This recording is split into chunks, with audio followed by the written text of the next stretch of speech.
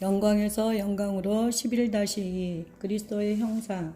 하나님의 뜻은 하나님의 백성을 그리스도의 형상으로 변화시키시는 것이며 하나님의 영광이 우리 안에서 그것을 이루신다. 우리가 더 예수님을 닮는 유일한 방법은 성령으로 사는 것이다. 너희는 성령을 따라 행하라. 그리하며 육체의 욕심을 이루지 아니하리라.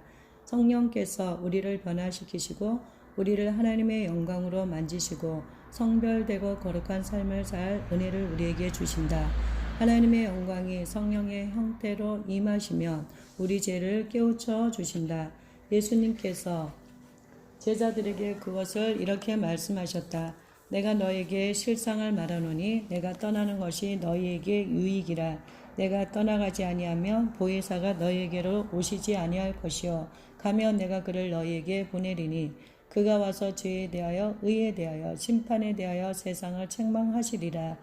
우리를 위로하러 오신 성령께서 우리의 죄를 깨닫게 하신다는 것이 이상해 보일지 모른다. 그것은 수치심과 정죄감을 주시겠다는 것처럼 들릴 수 있다. 그러나 하나님의 목적은 죄를 깨우쳐 주시는 데서 끝나지 않는다. 우리가 한 것을 깨닫고 치유되고 해방되기를 바라시지 부끄럽기를 바라지 않으신다. 우리의 영적 상태에 대한 진리를 부드럽게 우리에게 계시하실 때 우리는 필요한 치료를 이루어 주실 하나님을 의지할 수 있다. 이것은 저절로 되는 과정이 아니다. 하나님께서 임재하시고 우리를 치료하기 원하신다며 우리가 하나님을 찾고 하나님의 치료를 받아들여야 한다. 우리가 적극적으로 해야 할 역할이 있다. 그런데 슬프게도 많은 그리스도인들이 고통스러워서 하나님의 계시를 피하며 평생을 살아간다. 그래서 성별과 하나님과의 친밀함에 필수적인 깊은 내적 치유를 받지 않는다. 그들은 거리를 두고 하나님을 알며 평생 영적 장애를 가지고 살아간다. 우리는 종종 깨닫지 못하지만 우리의 죄가 우리를 억누르며 우리에게서 생명을 빼앗아가고 있다. 그러나 우리가 하나님께로 돌아갈 때 하나님께서 우리의 죄를 제거하심으로써 우리를 위로하시고 우리를 자유케 하신다. 그것은 시간이 걸리는 과정이다. 하나님께서는 언제 얼마만큼 우리에게 계시하셔야 할지 아신다. 내가 1994년에 토론토에 갔을 때 그 과정이 내 안에서 이루어졌다. 첫날 저녁에 사역 리더들의 기도를 받을 때 내가 기대한 것처럼 몸을 떨거나 하지 않았다. 내가 바닥에 조용히 누워있을 때 하나님의 영광이 다른 식으로 내게 임했다. 앞서 언급했듯이 나의 결혼과 가정에 손상을 주는 근본 문제를 성령께서 그날 내게 지적하셨다. 나는 목사가 된 지 20년째였고 내 마음 깊은 곳에 묻혀있는 거절과 원망의 뿌리가 있는지 보여달라고 하나님께 간구하고 있었다. 사실 나는 그런 것이 있는지조차 몰랐다. 그러나 주님께서 나를 깨우치셨기 때문에 그것들을 볼 수 있었고 회개하고 용서할 수 있었다. 내가 그렇게 하고 나자 부모님, 아내, 자녀와의 관계가 치료되었다. 하나님의 영광이 나를 자유케 하셨고 나를 더 깊은 수준으로 변화시키셨다. 그러나 하나님의 계시에 순복할 때 우리는 더 깊은 수준의 변화를 경험한다. 그것은 우리의 삶에서 그리고 이후로 영원히 이어질 과정이라고 생각한다. 그래서 은밀한 기도의 장소에서 성령과 시간을 보내며 예수님을 바라보는 것이 그렇게 중요하다. 성령께서 우리 죄를 깨우치시고 회개하게 하시고 거룩한 삶을 살 은혜를 주시며 그리스도께서는 우리가 어떤 삶을 살아야 할지 그 모델이 되어 주신다. 하나님께서 우리를 그런 식으로 점진적으로 변화시키실 때 우리는 영광에서 영광으로 이르며 하나님과의 친밀함이 깊어지고 예수님을 더욱 닮게 된다. 우리의 사랑의 능력이 커진다며 우리가 예수님을 더욱 닮고 있는 것이다. 왜냐하면 하나님은 사랑이시기 때문이다.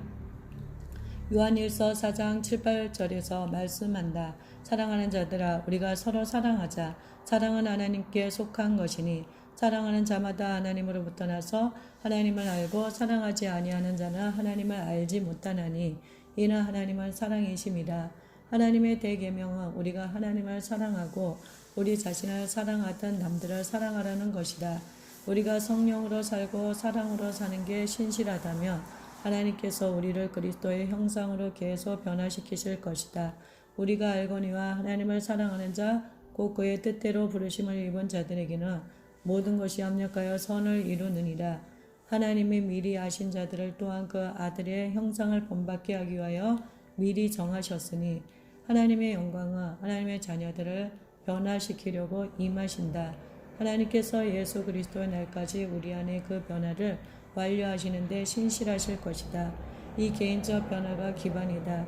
그것이 없으면 우리는 자신의 마음의 진정한 동기조차 모르며 하나님의 이름으로 다른 사람들에게 상처를 줄 수도 있다. 오직 우리가 인격적으로 변화되어야만 우리는 하나님의 영광의 통로가 될 것이고 우리 주변을 변화시킬 것이다. 사회적 변혁, 우리의 인격이 하나님의 영광으로 변화되었을 때 비로소 우리는 예수님을 위해 도시들과 열방에 영향을 미칠 수 있다. 주께서 우리에게 명하신다. 내게 구하라. 내가 이방 나라를 내 유업으로 주리니 내 소유가 땅끝까지 이르리로다. 하나님의 자녀인 우리는 이방 나라를 유업으로 받았다. 하나님께서 나라들의 일을 우리에게 맡기시고 우리에게 지배권을 주신다. 하나님께서 에덴 동산에서 우리에게 원래 주셨던 지배권을 회복시키고자 하신다. 이 다스리심에 대한 성경적 근거는 일찍이 창세기 1장 28절에서부터 나온다. 하나님께서 아담과 하와에게 말씀하셨다. 생육하고 번성하여 땅에 충만하라. 땅을 정복하라. 바다의 물고기와 하늘의 새와 땅에 움직이는 모든 생물을 다스리라. 하나님께서 바라보시는 것은 아담과 하와가 에덴 동산에서 경험했듯이 우리도 하나님과의 친밀한 관계를 통해 땅을 다스리는 것이다. 우리는 사탄이 제안한 일을 따르기로 선택했을 때 일어난 타락으로 지배권을 상실했다. 그러나 오직 그리스도 예수 안에서 경건한 지배권이 우리에게 회복되었다. 유일할 점은 하나님께서 우리에게 억압이 아니라 지배권을 주셨다는 것이다. 우리의 지배권은 사랑으로 청지기가 되는 것이며 하나님 아버지께서 우리에게 보여주신 패턴을 따르는 것이다. 예수님께서 마지막 말씀으로 다스림의 명령을 우리에게 요약해 주셨다. 흔히 그것을 대의인명이라고 한다. 하늘과 땅의 모든 권세를 내게 주셨으니 그러므로 너희는 가서 모든 민족을 제자로 삼아 아버지와 아들과 성령의 이름으로 세례를 베풀고 내가 너희에게 분부한 모든 것을 가르쳐 지키게 하라. 1980년대에 CCC 총재이자 설립자인 빌 브라이트와 예수 전도단의 대표인 로렌 커밍햄이 중요한 영적 의미가 있는 만남을 가졌다. YWAM은 세계 최대의 청년 선교 단체로서 1만 명이 넘는 젊은이들이 열방에서 수많은 사역을 하고 있다. 그 두 주요 사도가 만나서 주님께 새로 받은 말씀을 나누었다. 그들이 각자 받은 말씀이 사회 변혁에 대한 동일한 말씀이라는 것을 그들은 곧 알게 되었다. 그 예의는 예언적인 것이 되었다. 하나님께서 두 사람 모두에게 동일한 7개의 문화의 산을 계시하셨고 교회가 그 모두를 정복해야만 한다고 분명히 명하셨다. 그 산들은 인간사의 모든 핵심 영역들이다. 그것은 가정, 사업, 정부, 종교, 교육, 미디어, 예술과 연예의 산업이다. 하나님의 뜻은 우리 각자가 잠재력의 최대치에 이르는 것이고 우리의 소명은 우리가 부름받은 산의 정상을 정복하는 것이다. 그렇게 해서 우리는 땅 위에 하나님 나라를 세우고 우리 주변의 사회를 변화시킨다. 성경은 말씀한다. 여호와께서 너를 머리가 되고 꼬리가 되지 않게 하시며 위에만 있고 아래에 있지 않게 하시리니 오직 너는 내가 오늘 내게 명령하는 내 하나님 여호와의 명령을 듣고 지켜 행하며 하나님께서는 우리가 우리의 산을 정복하기를 원하신다. 그리고 우리 개인의 영광을 위해서가 아니라 하나님의 영광을 위해 사회의 그 영역을 우리의 영향력으로 변화시키기를 원하신다. 도시와 열방, 하베스트라 교회가 정복하도록 부름받은 자 중에 하나는 예술과 연예의 산업이다. 하나님께서 우리 교회를 축복하셔서 아름다운 엠베서더 강당을 주셨다. 그것은 페서디나에 있는 세계 수준의 콘서트 홀이다. 우리는 그것을 통해 복음을 전파할 놀라운 기회들을 가져왔다. 우리는 연중에 다양한 예술가 예능 그룹들에게 건물을 빌려준다. 예를 들어 유명한 로스앤젤레스 챔버 오케스트라가 우리의 건물을 사용해 콘서트를 연다. 우리의 건물을 사용하는 모든 그룹과 우리가 맺는 계약서에는 예수 그리스도의 복음을 전할 기회를 달라는 것이 있다.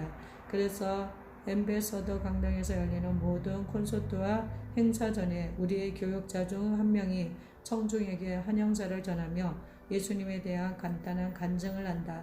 그 결과 엠베서더 강당에서 열리는 다양한 공연을 관람하는 수천 명이 복음을 듣게 되고 예능이 있는 많은 공연자들도 예수 그리스도를 알게 되었다. 영화 드림걸스의 한 장면을 우리 건물에서 촬영할 때 나는 가수 비욘세 롤즈와 기도하고 그녀에게 사역할 기회를 가졌다. 우리의 건물을 사용해 하나님 나라의 좋은 소식을 전하는 것은 우리가 도시 변혁의 부르심을 성취하는 한 가지 방법이다. 교회에 하나님께서 바라시는 것은 우리의 도시들을 변화시키는 것만이 아니라 우리나라까지 변화시키는 것이다. 2000년 9월에 워싱턴 DC에서 더콜 DC 집회가 있었다. 40만 명이 넘는 사람들이 낙태 종식과 미국의 부흥을 위해 금식하고 하나님께 기도했다. 이어서 그해 미국은 정치 역사상 특별한 순간을 경험했다. 대통령 선거 중에 플로리다에서 집회가 다시 이루어졌다. 그래서 결국 엘 고어가 총 득표수에서 앞섰지만 조지 부시가 대통령에 당선되었다. 부시 대통령이 미국에서 임신 말기 낙태 금지를 이뤘다는 점을 간과할 수 없다. 2003년에 미국 의회는 준분만 낙태 금지 법안을 통과시켰고 부시 대통령이 서명해 법제화했다. 또한 부시 대통령은 미국 대법관으로 존 로버트와 셰뮤얼 얼리토를 임명했다. 두 사람 모두 2007년 4월에 임신 말기 낙태 금지를 지지해 5대4로 승리하는 데 결정적인 인물들이었다. 부시 대통령이 로버츠를 대법관으로 임명하기 전에 워싱턴 DC에 있는 류 앵글과 기도 봉사들의 사역, 정의의 기도원에 흥미로운 일이 일어났었다. 그들이 낙태 종식을 위해 기도할 때 계속해서 존 로버트라는 이름을 받았다. 그들은 로버트가 누구인지 모르다가 인터넷에서 그의 이름을 찾아보고 그가 대법관으로 임명되기를 기도했다. 그것은 부시 대통령이 로버츠를 후보자로 거론하기 전이었다. 이런 예들은 우리의 기도와 행동이 국가의 진로에 영향을 미칠 잠재성이 있다는 것을 보여준다. 하베스트 인터내셔널 미니스트리는 우리 교회의 사도적 네트워크 사역이다. 이것을 통해 우리는 미국만이 아니라 전 세계 30개가 넘는 나라와 5,000개가 넘는 교회들까지 변혁시키고 있다. HIM의 핵심 리더들은 교회 개척, 복음 전파, 고아 사역을 하며 하나님의 영광을 열방에 나타내고 있다. 나는 이 모든 수고를 통해 예수님의 말씀이 성취되고 있다고 믿는다.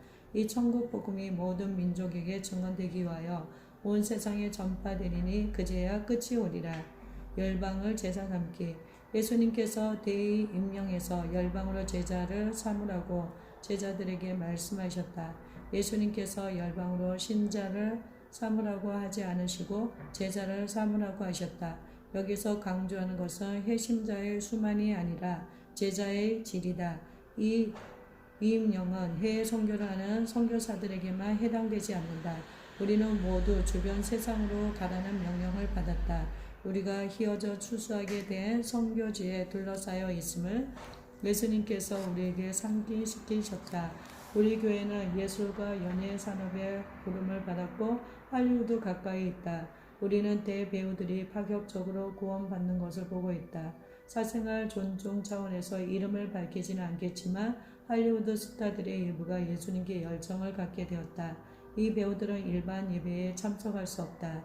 그랬다가는 팬들과 파파라치에게 둘러싸일 것이기 때문이다. 그 대신 그들은 집에서 갖는 성경 공부를 통해 제자로 훈련되고 있다. 베드로는 저명한 이방인 고넬료를 전도할 때 비슷한 상황에 직면했다. 사도행전 10장에서 베드로가 하나님의 환상에 순종해 고넬료의 집에 갔을 때 그 이방인들이 구원받았고 성령을 받았고 세례를 받았다. 그러나 그 지역의 회당은 이방인 신자인 고넬료에게 열려있지 않았다. 그래서 고넬료의 친구들과 가족은 베드로에게 며칠 머물며 가르쳐 달라고 했고 베드로는 동의했다. 베드로는 새 신자들이 훈련받아야 할 필요성을 알았다. 제자 훈련은 믿음의 원리들을 가르치는 것 이상의 과정이다. 그것은 그리스도께서 사신 삶을 살고 그리스도의 영광을 분명히 나타내는 것이다. 우리는 그분의 능력과 권위 안에 행하고 우리가 제자 양육하는 자들에게 그의 선하심을 반영해야 한다. 예수님께서 우리가 세상의 소금이라고 하셨다. 또 우리를 세상의 빛이라고 하셨다. 이같이 너희 빛이 사람 앞에 비치게 하여 그들로 너희 착한 행실을 보고 하늘에 계신 너희 아버지께 영광을 돌리게 하라. 누가복음 19장 13절에서 예수님께서 내가 돌아올 때까지 장사하라고 말씀하셨다. 우리가 해야 할 사업은 무엇인가? 우리가 먼저 부흥을 경험하고 우리의 세상을 변화시켜야 한다고 나는 믿는다. 우리 안의 빛이 밖으로 비치게 하여 우리 주변의 사회를 변화시켜야 한다. 우리는 열방으로 제자를 삼아서 대의명을 완수하고 대계명을 완성해야 한다. 하나님께서 영광을 나타내시는 목적이 있다. 하나님의 백성과 세상을 구원하고 변화시켜서 온 땅에 하나님의 영광이 가득해지는 것이다. 신자로서 우리는 하나님의 영광으로 변화되어야 하고 그 다음에는 하나님의 영광을 우리가 사는 세상에 나타내야 한다.